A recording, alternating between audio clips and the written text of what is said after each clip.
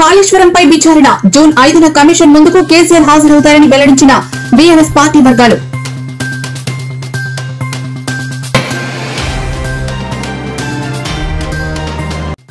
నేడు పోలీస్ విచారణకు హాజరైన YCP social media in-charge Sajjala Bhargav Reddy, Pawan లోకేష్లపై అనుచిత వ్యాఖ్యలపై ఆరా తీస్తున్న పోలీసులు.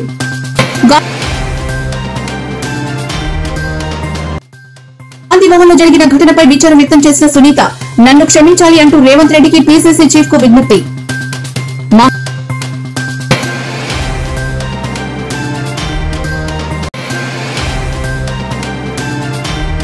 మహానాడుకు వేదికపై ఎన్టీఆర్ కు చంద్రబాబు నివాళి. పార్టీ ఆవిర్భావం పథకాలపై మాట్లాడిన ఎన్టీఆర్ ఏఐ.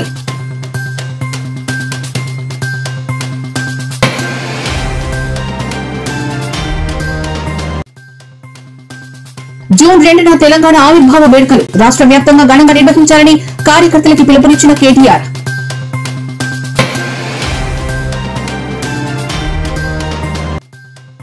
ఏపీ కాంగ్రెస్ లో నూతన ఉత్సాహం. జూన్ 9 నుంచి వైఎస్ షర్మిల రాష్ట్ర పర్యటనకు సిద్దమైనట్టు స్పష్టం చేసిన పార్టీ అధిష్టానం.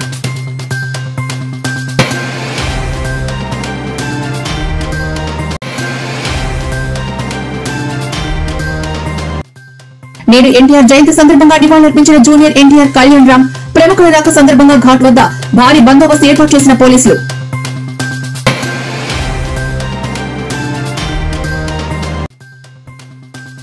తెనాలిలో యువకులపై 3rd డిగ్రీ ప్రయోగించిన పోలీసులు. రాష్ట్రంలో రెడ్ బుక్ రాజ్యాంగం అమలవుతోందని జగన్ తీవ్ర విమర్శలు.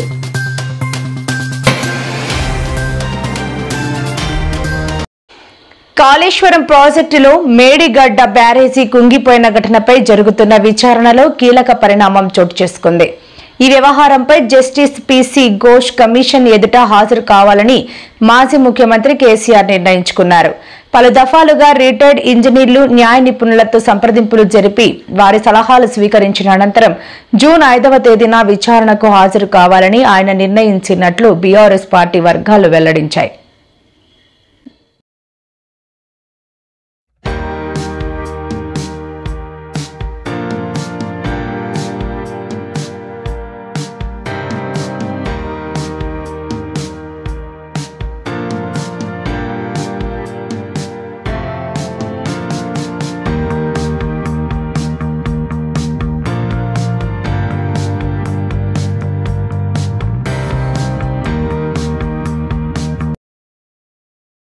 డిప్యూటీ సీఎం పవన్ కళ్యాణ్, మంత్రి నారా లోకేష్ పై అనుచిత వ్యాఖ్యల కేసులో YCP social media in-charge Sajjala Bhargava Reddy విచారణకు హాజరయ్యారు. మంగళగిరి రూరల్ పోలీస్ స్టేషన్ కు ఆయన వచ్చారు. కేసు విచారణకు సంబంధించి ఈ రోజు మధ్యాహ్నం 3 గంటలకు విచారణకు హాజరు కావాలని పోలీసులు నోటీసులు ఇచ్చారు. అయితే ఆయన పోలీసులు రమ్మన్న సమయం కంటే ముందుగానే పోలీస్ స్టేషన్ కు చేరుకున్నారు. ప్రస్తుతం భార్గవ్ ను పోలీసులు ప్రశ్నిస్తున్నారు. ఇండివిడ్యువల్ గా పనిచేసే వాళ్ళే ఎస్ఎం గా సజ్జల భార్గవ్ అని చెప్పేసి సజ్జల గారు మెయింటైన్ చేశారు. వాళ్ళ వల్లే ఇదైపోయింది పార్టీ. వాళ్ళ వల్లే పార్టీకి ఘోరమైన ఓటమి వచ్చింది. వాళ్ళు సరిగా పర్ఫామ్ చేయలేదు, యాక్టివ్గా లేరు అని చెప్పేసి అందరూ కూడా అనుకోవడం జరుగుతుంది. దానిపైన మీ అభిప్రాయం ఏంటి? ఇది చాలా చాలా దుష్ప్రచారం అంట. నేను ఎందుకంటే అంటే నేను బాగా దగ్గరగా అబ్జర్వ్ చేస్తాను. నాకు వైఎస్ఆర్ కాంగ్రెస్ పార్టీలో ఒకళ్ళు ఎక్కువనో ఒకళ్ళు తక్కువనే లేదు. వైఎస్ఆర్ కాంగ్రెస్ పార్టీలో మా అందరికి జగన్మోహన్ రెడ్డి గారు మాకు ఇంపార్టెంట్, దాని తర్వాత ఎవరైనా కూడా. కానీ సజ్జల రామకృష్ణారెడ్డి గారి మీద, భార్గవ్ మీద వీళ్ళు చేస్తున్నటువంటి దుష్ప్రచారం అనేది చాలా దుర్మార్గం అంట. ఎందుకంటే 2019 ఎన్నికలు మేము గెలిచిన తర్వాత ఎవరు చేసిన దుష్ప్రచారం అంటే ఇండివిడ్యువల్ గా నేను ఒక మాట చెప్తా. పార్టీలోంచి వెళ్ళిపోయిన వాళ్ళు చేసి ఉండొచ్చు, కీలకంగా వ్యవహరించినటువంటి వ్యక్తులు. ఎందుకు ఆ మాట కూడా నేను ఎక్స్ప్లెయిన్ చేస్తా, తప్పేం లేదు. ఉన్న వాస్తవాలే మనం మాట్లాడుకోవడానికి వచ్చా. నేను ఎవరైనా తక్కువ ఎక్కువ చేసి మాట్లాడటానికి రాలా. 2019లో మేము గెలిచిన తర్వాత సోషల్ మీడియా 2 సంవత్సరాల పాటు నిద్రపోవటానికి కారణం ఎవరు? 2 సంవత్సరాలు నిద్రపోయిందా లేదా? అప్పుడు ఎవరి ఆధ్వర్యంలో పనిచేసినప్పుడు నిద్రపోయింది? ఎవరి ఆధ్వర్యంలో వచ్చినాక యాక్టివ్ అయింది?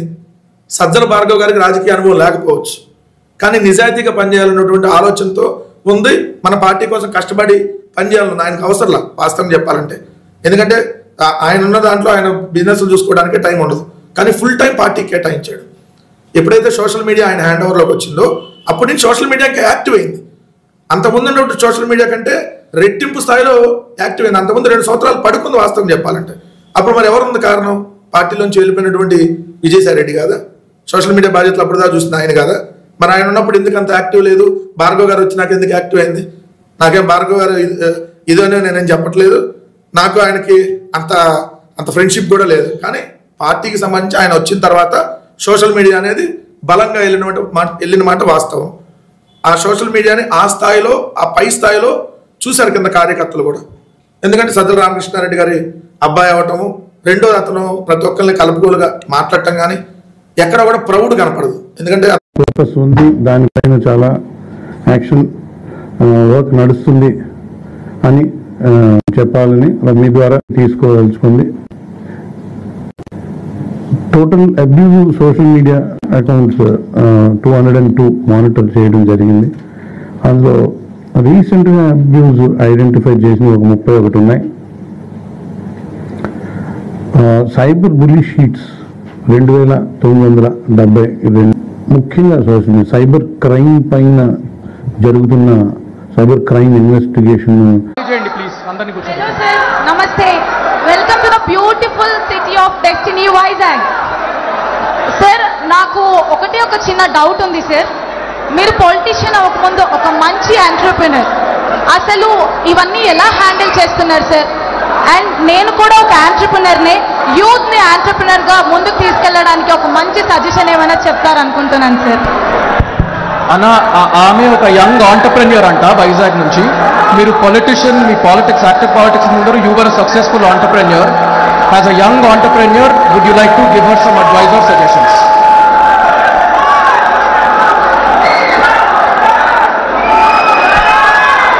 అమ్మ, నేను I take the liberty to talk on behalf of CM గారు.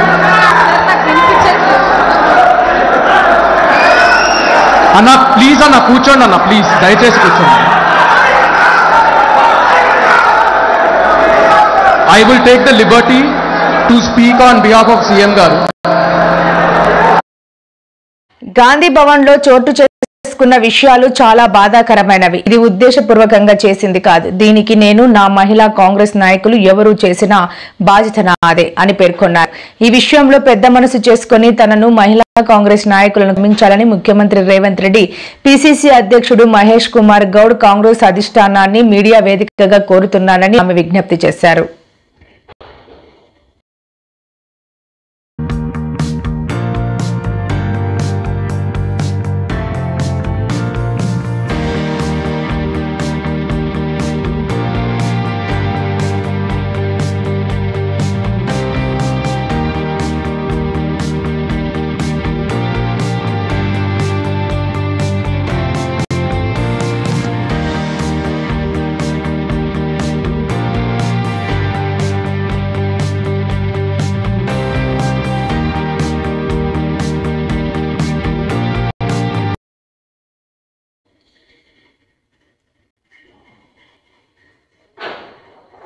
తెలుగు జాతి గుండెల్లో చిరస్థాయిగా నిలిచిపోయే వ్యక్తి ఎన్టీఆర్ అని ఆంధ్రప్రదేశ్ ముఖ్యమంత్రి చంద్రబాబు పేర్కొన్నారు. బుధవారం ఎన్టీఆర్ జయంతి సందర్భంగా మహానాడు వేదికపై నుంచి నివాళులు అర్పించారు.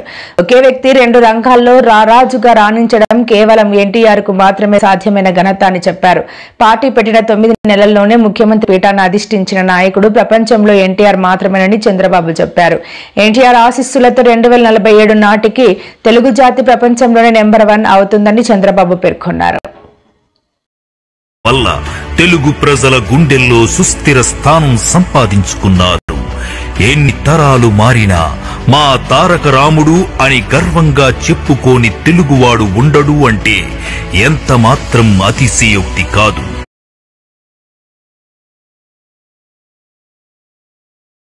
కూడా తీసుకోవాలి. నేను ఎప్పుడు కూడా చాలా జాగ్రత్తగా ఉంటాను. ఈ కడప గడ్డలో చెప్తున్నా, వివేకానంద రెడ్డి మర్డరు నాలాంటి నాయకుడినే మోసం చేయగలిగారంటే తెల్లవారితో నిద్రలేస్తే ఒక అసాక్షి పేపర్ ఒకటి ఉంది, టీవీ ఒకటి ఉంది. గుండెపోటుతో వివేకానంద రెడ్డి గారు చనిపోయారు. అందరి మారిగా నేను కూడా నమ్మాను. అంతవరకు ఎప్పుడు కూడా నేను వేరే కోణంలో ఆలోచించేవాడిని. ఎన్నికల బిజీలో నమ్మితే సాయంత్రానికి మలుపుల మీద మలుపులు, గొడ్డలితో మెదడు కూడా బయటొచ్చి అంత చిన్నాభిన్నమైపోయి రూమంతా రక్తం ఉంటే అలాంటిది కడిగేసి ఏమీ జరగనట్టు గుండెపోటుతో రక్తం వచ్చి గోడలన్నీ కూడా తడిచిపోయాయని చెప్పగలిగారంటే ఎలాంటి వారితో మనం పోరాడుతున్నాం ఒక్కసారి ఆలోచించుకోవాల్సిన అవసరం ఉంది. సాయంత్రానికి మలుపులు తిరిగి రెండో రోజున నారాసుర రక్త చరిత్ర నా చేతిలో కత్తి పెట్టి నా మీదనే నెపవేసే పరిస్థితికి వచ్చారంటే కెన్ యూ ఇమాజిన్ అని చెప్పి నేను మిమ్మల్ని అడుగుతున్నా. అర్థమైందా మీకని అడుగుతున్నా. అర్థమై ఉంటే చేలు పైకెత్తమని చెప్తున్నా. అలాంటి కరుడు గట్టినటువంటి నేరస్తులతో రాజకీయం చేస్తున్నాం. అందుకే నిన్న ఒకటి జరిగితే వీరయ్య చౌదరి, సంతనూతలపాడు, పల్నాడు హత్యలు జరిగాయి. హత్యలు జరిగితే నాకు అనుమానం వచ్చింది. ఇప్పుడు నేను ఎవరిని నమ్మడం లేదు. ప్రతి ఒక్క విషయాన్ని కూడా సందేహం పెట్టుకొని మనసులో వేరే విధంగా నేను ఆలోచించి ఎవరు చేశారని ఆలోచించే పరిస్థితికి వచ్చాను. చేస్తే కొంతమంది మన దగ్గరుండి వాళ్లకు కోవర్ట్లుగా పనిచేస్తూ వాళ్ళ ప్రోత్సాహంతో ఇష్టానుసారం హత్యా రాజకీయాలు చేస్తున్నారు. మన చేతితో మన వేలుతో మన కన్ను పొడుచుకుని తద్వారా రెండు పనులు, ఇది తెలుగుదేశం పార్టీ వాళ్ళు వీళ్ళనే చంపుకుంటున్నారు అని చెడ్డ పేరు తేవడం, వాళ్ళ టార్గెట్ ని సులభంగా ఎలిమినేట్ చేయడం, ఇది నేరస్తులు చేసే కనికట్టు మాయ. అందుకే చెప్తున్నా, ఎవరైనా సరే మన కార్యకర్తలు కూడా ఇలాంటి తప్పుడు పనులు చేస్తే ఏ కార్యకర్తను కూడా నేను ఉపేక్షించనని మరొక్కసారి మీ అందరికీ విజ్ఞప్తి. ఆంధ్రప్రదేశ్లో కాంగ్రెస్ పార్టీకి పూర్వ వైభవం తీసుకువచ్చి క్షేత్రస్థాయిలో పార్టీని బలోపేతం చేసే దిశగా ఏపీ కాంగ్రెస్ వైఎస్ షర్మిల కీలక అడుగులు వేస్తున్నారు. రాష్ట్ర వ్యాప్తంగా అన్ని జిల్లాలను కలుపుతూ విస్తృత పర్యటనకు శ్రీకారం చుట్టనున్నారు. ఈ పర్యటన ద్వారా పార్టీ శ్రేణుల్లో నూతనోత్సాహం నింపడంతో పాటు ప్రజలతో మమేకమై వారి సమస్యలను నేరుగా తెలుసుకోవాలని షర్మిల లక్ష్యంగా పెట్టుకున్నారు. జూన్ 9న చిత్తూరు జిల్లా నుంచి ప్రారంభమవుతుందని కాంగ్రెస్ పార్టీ రాష్ట్ర కార్యాలయం అధికారికంగా వెల్లడించింది.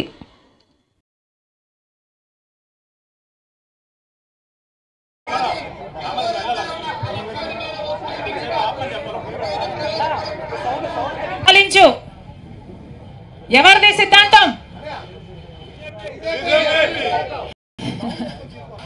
ఒకప్పుడు బ్రిటిష్ వాళ్ళ సిద్ధాంతమే విభజించు పాలించు అన్న సిద్ధాంతంతో మన దేశానికి చెరబెట్టిన బ్రిటిష్ వాళ్ళ పాలన నుండి మనకు స్వాతంత్రం సాధించడం కోసం మహాత్మా గాంధీ గారు ఆ రోజు హింస బాట ఎంచుకోకుండా అహింసావాదిగా పోరాటం చేశారు, స్వాతంత్రం సాధించుకొచ్చారు.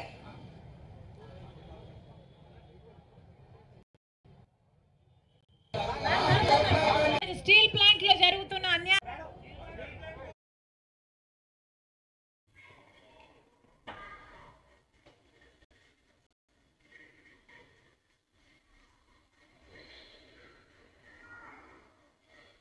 దివంగత మాజీ ముఖ్యమంత్రి ఎన్టీఆర్ జయంతి సందర్భంగా బుధవారం ఉదయం జూనియర్ ఎన్టీఆర్ కళ్యాణ్ రామ్ హైదరాబాద్ లోని ఎన్టీఆర్ ఘాట్ వద్ద నివాళులర్పించారు. ఈ సందర్భంగా తెలుగు ప్రజలకు ఆయన చేసిన సేవలను స్మరించుకున్నారు. ప్రముఖుల రాకను పురస్కరించుకుని ఎన్టీఆర్ ఘాట్ వద్ద పోలీసులు పటిష్టమైన బందోబస్తు ఏర్పాటు చేశారు. ప్రతి సంవత్సరం ఎన్టీఆర్ జయంతి సందర్భంగా జూనియర్ ఎన్టీఆర్, కళ్యాణ్ రామ్ ముందుగా ఎన్టీఆర్ ఘాట్ ను సందర్శించి నివాళులు అర్పిస్తారు.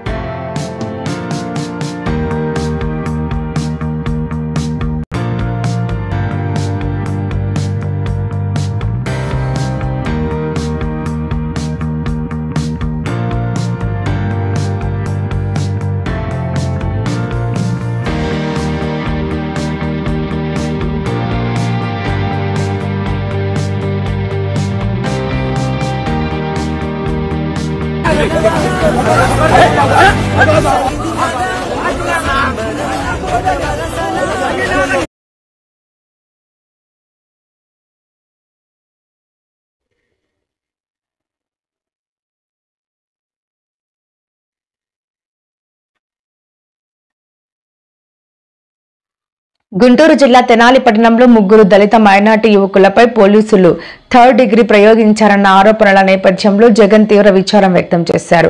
ఈ ఘటనను ఊకంటిస్తూ ఆయన చంద్రబాబు ప్రభుత్వంపై విమర్శలు గుప్పించారు. ప్రభుత్వం భారత రాజ్యాంగాన్ని బహిరంగంగా ఉల్లంఘిస్తోందని, ఇందుకు ఈ ఘటన నిదర్శనమని ఆరోపించారు. రాష్ట్రంలో చట్టబద్దమైన పాలన కరువైందని, పౌరులకు రాజ్యాంగం కల్పించిన హక్కులు, రక్షణలను గాలికొదిలేసి కఠినమైన రెడ్ బుక్ రాజ్యాంగం అమలు చేస్తున్నారని ఆయన ఆరోపించారు.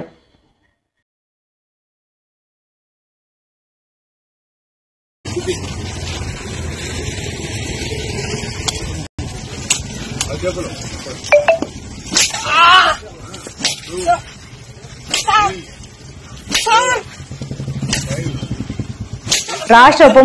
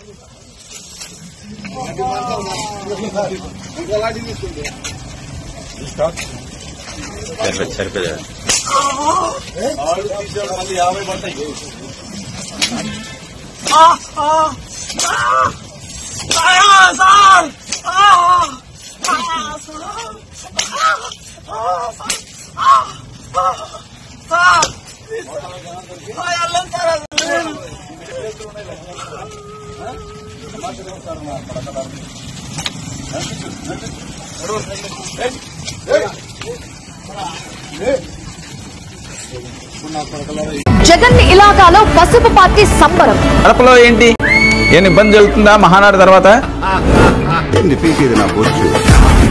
చంద్రబాబు నాయుడు గారి పాలనలో ప్రజలను వెన్నుపోటు పొడుస్తూ, చంద్రబాబు నాయుడు చేసిన మోసాలను నిలదీస్తూ, సూపర్ 6, సూపర్ 7 ఏమయ్యాయని ప్రశ్నిస్తూ, 143 హామీలు మేనిఫెస్టోలో ఇచ్చిన హామీలు ఏమయ్యాయని గట్టిగా అడుగుతూ, రెడ్ బుక్ రాజ్యాంగంతో చేస్తున్న అరాచక అన్యాయాలపైన గలమెత్తుతూ, వచ్చే నెల 4వ తారీఖున వెన్నుపోటు దినంగా, అంటే ఎలక్షన్ రిజల్ట్స్ వచ్చిన రోజు జూన్ 4th బిట్రేయల్ డే కింద వెన్నుపోటు దినంగా ప్రజలతో కలిసి, ప్రజల కోసం, ప్రజలను, సామాజికవేత్తలను, యువకులను, రైతులను, మహిళలను, నిరుద్యోగులను అందరినీ కూడా మమేకం చేస్తూ, కలెక్టర్లకు డిమాండ్ పత్రం ఇస్తూ నిరసన తెలిపే ఈ కార్యక్రమంలో అందరూ పాల్గొనాలని కూడా ఈ సందర్భంగా పిలుపునిస్తా ఉన్నాను.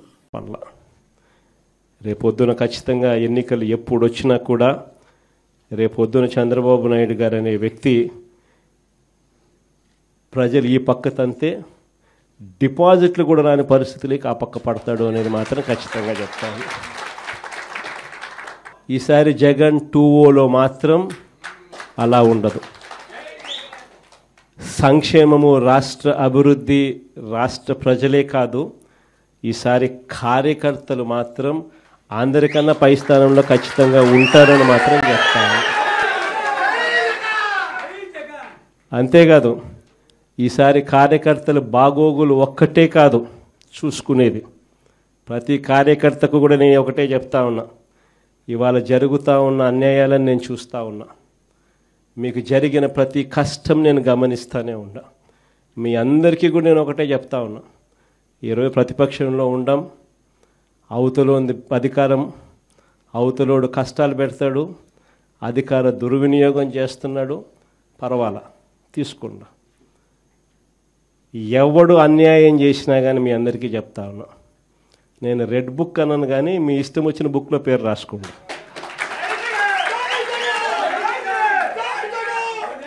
మీరు ఏ పుస్తకంలో పేరు రాసుకున్నా పర్వాలా.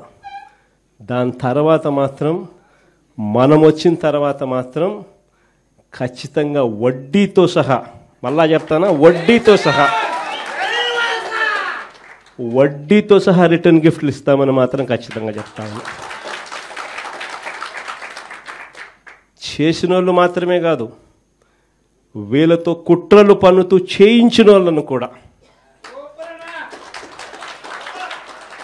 చేసిన వాళ్ళు మాత్రమే కాదు, వీళ్ళతో కుట్రలు పన్నుతూ చేయించిన వాళ్ళను కూడా, సప్త సముద్రాల అవతలున్నా కూడా, రిటైర్డ్ అయిపోయి వెళ్ళిపోయినా కూడా అందరినీ తీసుకొని వచ్చి చట్టం ముందర నిలబెడతాం.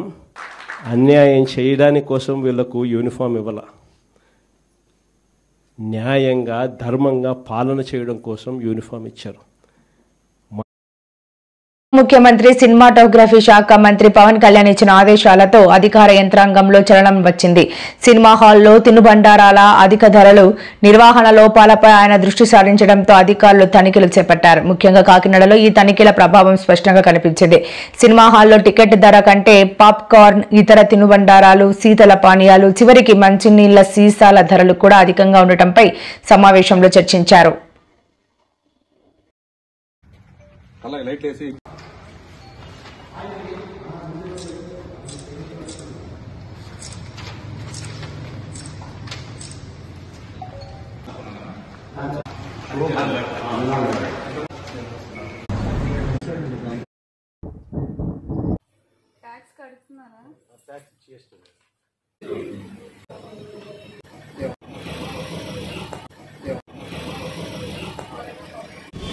సో ప్రజల మీద భారం అయితే ఎక్కువే ఉంది. సో అది కూడా మీరు ఎలాంటి చర్యలు? ఇప్పుడు ఫర్ ఎగ్జాంపుల్ మనకి ఇప్పుడు సమోసాలు అమ్ముతున్నారు, దానికి ఎంఆర్పి ప్రైస్ కన్నా ఎక్కువ అమ్మకూడదు. సో వీళ్ళు ఇచ్చిన రేట్లు ఇప్పుడు ఫర్ ఎగ్జాంపుల్ బాటిల్ మీద ఎంఆర్పి ప్రైస్ ఉంది, వాటర్ బాటిల్ మీద, అది దానికి నుంచి ఎక్కువ అమ్మట్లేదని వీళ్ళు ఇప్పుడు చూపిస్తున్నారు మనకి. నెక్స్ట్ ఇంకోటి వచ్చేసి ఏదైనా కోక్ బాటిల్ కానీ హాఫ్ లీటర్ కోక్ మనకి వెయిట్ అమ్మేది ఒక రేట్ ఉంటుంది, ఇక్కడ ఒక రేట్ ఉంటుంది, ఎంఆర్పి ప్రైస్ అని చెప్తున్నాను. సో అవి కూడా నేను పరిశీలించినంత వరకు ఎక్కువ అమ్మలేదు, దాని మీద ఒకసారి వెరిఫై చేసుకుని చెప్తాను. సో పార్కింగ్ ఫీ వసూలు చేయకూడదు. పార్కింగ్ ఫీ వసూలు చేయడం నేను ఒకసారి చెక్ చేస్తానండి. నేను పార్కింగ్ ఫీ అయితే మామూలు సైకిల్ స్టాండ్ దానికైతే ఉంది, దాని మీద జిఎస్టీ కూడా కలెక్ట్ చేస్తాం. అలాగే థియేటర్స్లో కూడా ఉంటుంది కాబట్టి దాన్ని కూడా కలెక్ట్ చేసుకుంటారు. ఆ రికార్డ్ చూడొచ్చు, అవి కూడా తీయండి ఒకసారి. మన ఎక్స్టెన్షన్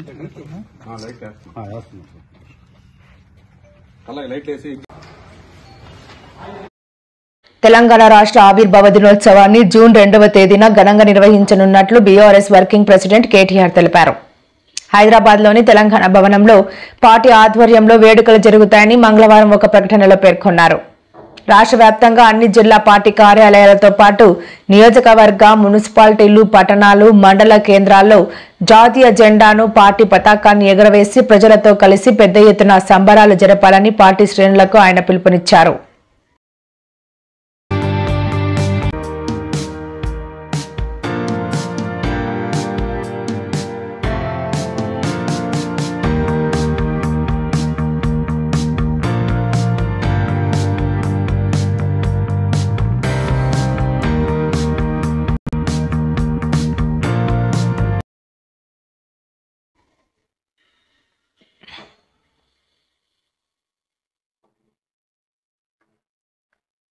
బీఆర్ఎస్ అధినేత కేసీఆర్ తో ఆ పార్టీ ఎమ్మెల్యే మాజీ మంత్రి హరీష్ రావు మరోసారి సమావేశమయ్యారు. ఎర్రవల్లిలోని ఫామ్ హౌస్ లో జరిగిన ఈ సమావేశంలో ప్రధానంగా కాళేశ్వరం ప్రాజెక్టుకు సంబంధించిన ఆరోపణలపై జస్టిస్ పినాకి చంద్రఘోష్ కమిషన్ జారీ చేసిన నోటీసుల గురించి చర్చించినట్లు సమాచారం.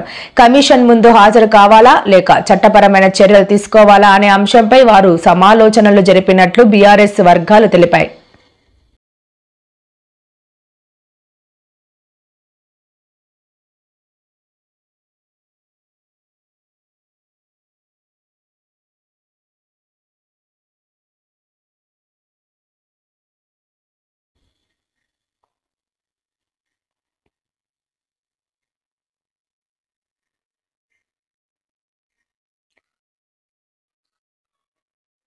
తెలుగుదేశం పార్టీ వ్యవస్థాపకుడు, ఆంధ్రప్రదేశ్ మాజీ ముఖ్యమంత్రి నందమూరి తారక రామారావు ఎన్టీఆర్ 102వ జయంతి సందర్భంగా రాష్ట్ర ఉప ముఖ్యమంత్రి పవన్ కళ్యాణ్ ఆయనకు ఘన నివాళి అర్పించారు. తెలుగు జాతి గర్వించదగ్గ మహనీయుడిగా ఎన్టీఆర్ ను అభివర్ణించిన పవన్ కళ్యాణ్ ఆయన సేవలను స్మరించుకున్నారు. ఈ మేరకు బుధవారం ఆయన ఒక ప్రకటన విడుదల చేశారు.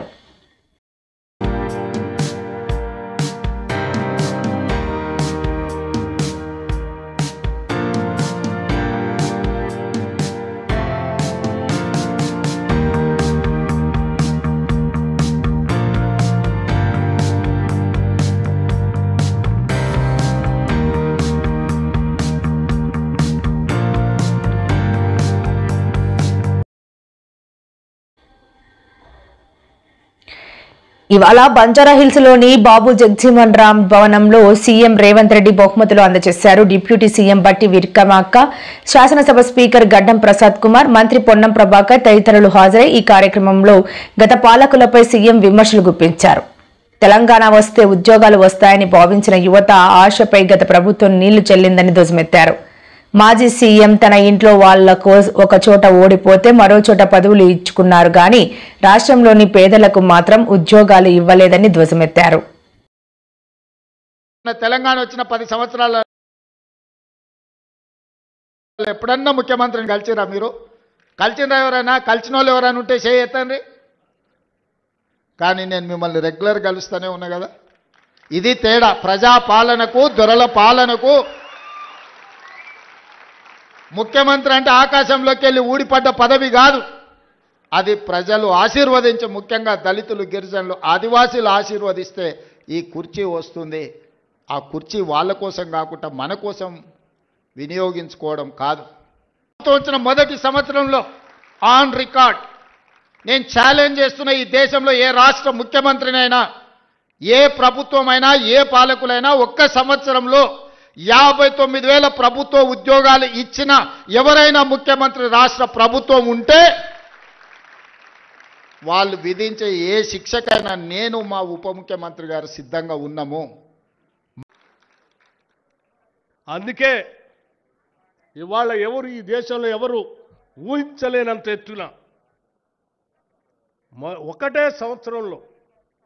ఒకటే సంవత్సరంలో దాదాపు 100 పైబడి యంగ్ ఇండియా ఇంటిగ్రేటెడ్ రెసిడెన్షియల్ స్కూల్స్ని ఒక్కొక్క స్కూలు 200 కోట్ల రూపాయలతో, not 1 crore, 2 crores, 3 crores or 20 crores, 200 crores 200 కోట్ల రూపాయలతో కనీసం 25 ఎకరాలకు తగ్గకుండా ప్రపంచంలో ఉన్నటువంటి ఏ ప్రైవేట్ స్కూల్ కూడా మనకంటే బాగుందని ఎవరు అనుకోవటానికి లేదు. వాటన్నిటికంటే కూడా ఇవి బాగుండాలని ప్రత్యేకంగా శ్రద్ధ తీసుకొని ఒక 100 స్కూల్స్ని ఈ సంవత్సరమే 104 స్కూల్స్ అనుకుంటా ఈ సంవత్సరమే శాంక్షన్ చేసి